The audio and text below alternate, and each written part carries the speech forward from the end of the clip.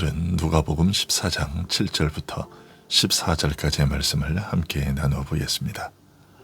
누가복음 14장 7절부터 14절까지의 말씀입니다. 제가 봉독해 드리겠습니다. 청함을 받은 사람들이 높은 자리의 택함을 보시고 그들에게 비유로 말씀하여 이르시되, 네가 누구에게나 혼인잔치에 청함을 받았을 때에 높은 자리에 앉지 말라.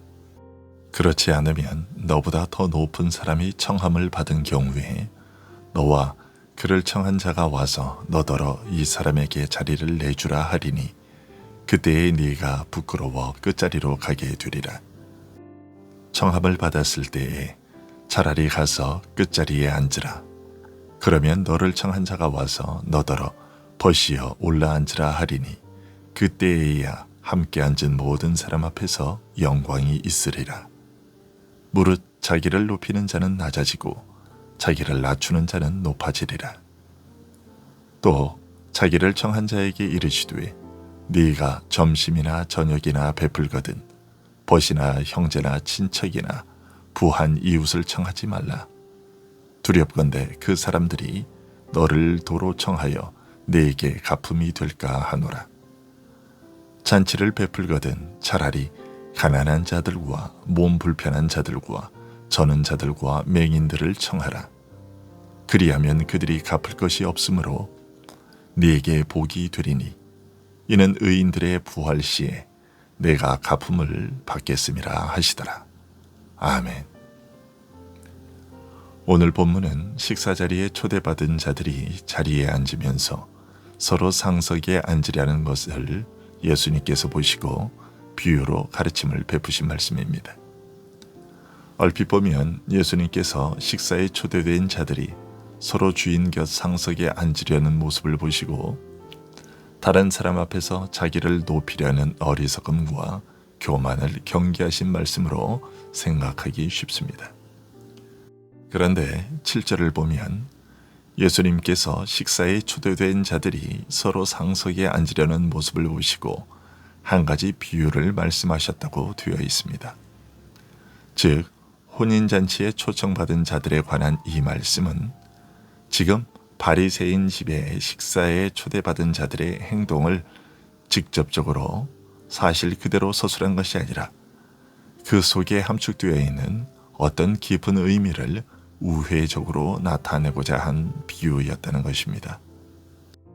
말하자면 예수님께서는 지금 서로 상석을 차지하려는 사람들에게서 스스로 자신을 높이다가 오히려 비천한 자리로 내려뜨리우는 어리석은 교만을 보셨지만, 예수님께서 발견하신 이 교만은 단순히 식사 자리에서 서로 상석에 앉으려는 일반적인 교만이 아니라 좀 더 깊고 근본적인 매우 심각한 교만이었던 것입니다. 하나님과의 관계에서 하나님 앞에서 자신을 높이는 영적 교만을 보신 것이고 이것을 지적하고자 베푸신 비유였던 것입니다. 식사에 초대받고 서로 높은 자리에 앉으려는 그 모습의 배후와 뿌리에 숨겨진 근본적인 교만, 곧 하나님 앞에서 자기를 의로운 자로 세우려는 바리새인 특유의 영적 교만을 보신 것입니다. 누가복음 18장 9절에 보면 바리새인의 영적 교만의 특징을 스스로 의롭다 확신하고 다른 사람들을 멸시하는 자라고 밝히고 있습니다. 다른 사람들을 멸시하는 교만이 하나님 앞에서 스스로 의롭다고 생각하는 영적 교만에서 나오는 것임을 밝히고 있는 것입니다. 주님은 이런 영적 교만의 말로에 대해 하나님 앞에서 자기를 내세우는 자는 낮아질 것이요 하나님 앞에서 자기를 낮추는 자는 높임을 받을 것이라고 하셨습니다. 하나님 앞에서 자기의 의로움을 자랑하던 바리새인이 의롭다고 인정받지 못하고 오히려 나는 죄인이오니 나를 용서하여 주시옵소서라고 하나님의 긍휼을 구하던 세리가 하나님으로부터 의롭다함을 받은 일을 생각나게 하는 말씀입니다. 예수님께서 지적하신 교만이 이처럼 근본적인 영적 교만이었다면 비유 가운데 언급된 혼인잔치도 단순히 일반적인 잔치가 아니라 신령한 천국의 영적 혼인잔치를 가리킨 것이라고 볼 수 있을 겁니다. 그리고 이 천국은 스스로 자기를 높이는 자는 너는 저기 말 속으로 가서 앉으라는 말을 듣고 부끄러움을 당하는 반면 하나님 앞에서 자기를 낮추는 자는 오히려 이리로 올라와서 내 곁에 가장 귀한 손님으로 앉으라는 영광을 얻는 나라라는 사실을 알려주신 것입니다. 그런데 지금까지 설명한 내용은 초청받은 자의 상황을 비유로 삼아 가르치신 것이고요. 12절 이하에서는 손님을 청한 주인의 상황을 비유로 삼아 천국에 대해 더 깊이 가르치신 말씀입니다. 예수님께서는 자신을 초대한 바리새인 관원에게 네가 점심이나 저녁이나 베풀거든 벗이나 형제나 친척이나 부한 이웃을 청하지 말라.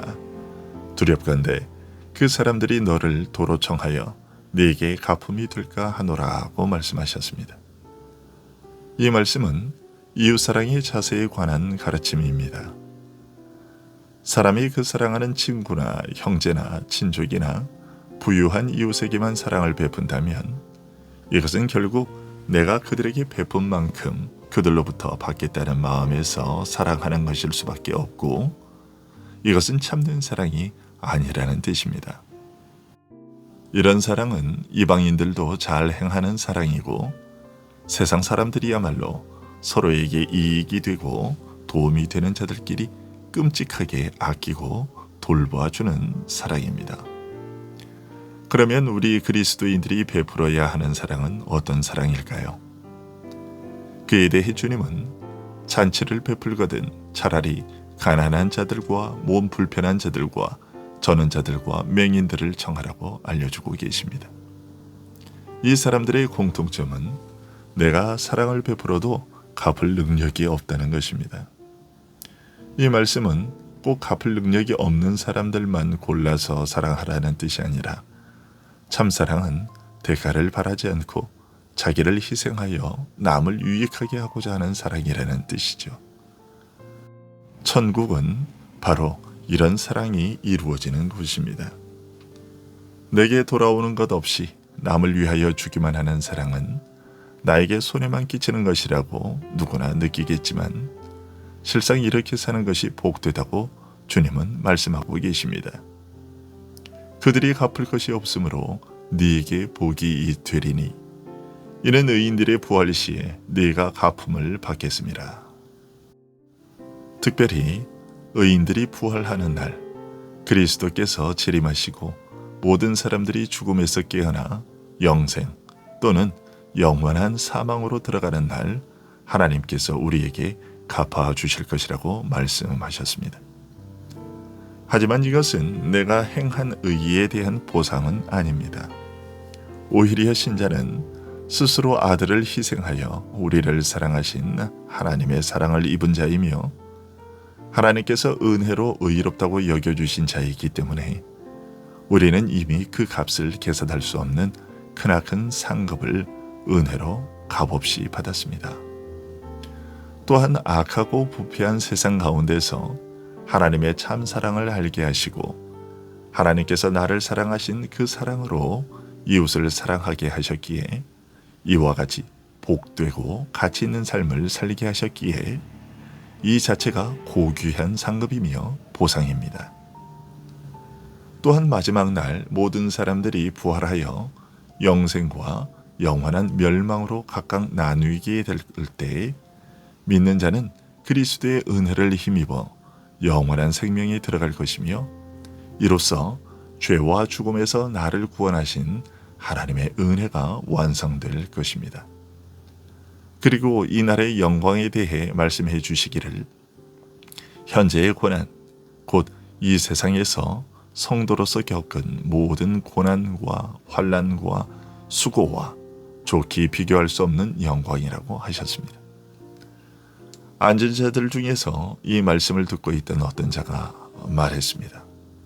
하나님의 나라에서 떡을 먹는 것이 복되도다. 그 사람은 예수님의 이 말씀이 단순히 일반적으로 먹고 마시는 식사나 잔치에 대해 말씀하신 것이 아니라 앞서 하신 모든 말씀이 천국에 관한 가르침이었음을 어렴풋이나마 깨닫고 그렇게 말한 것이었습니다. 그렇습니다.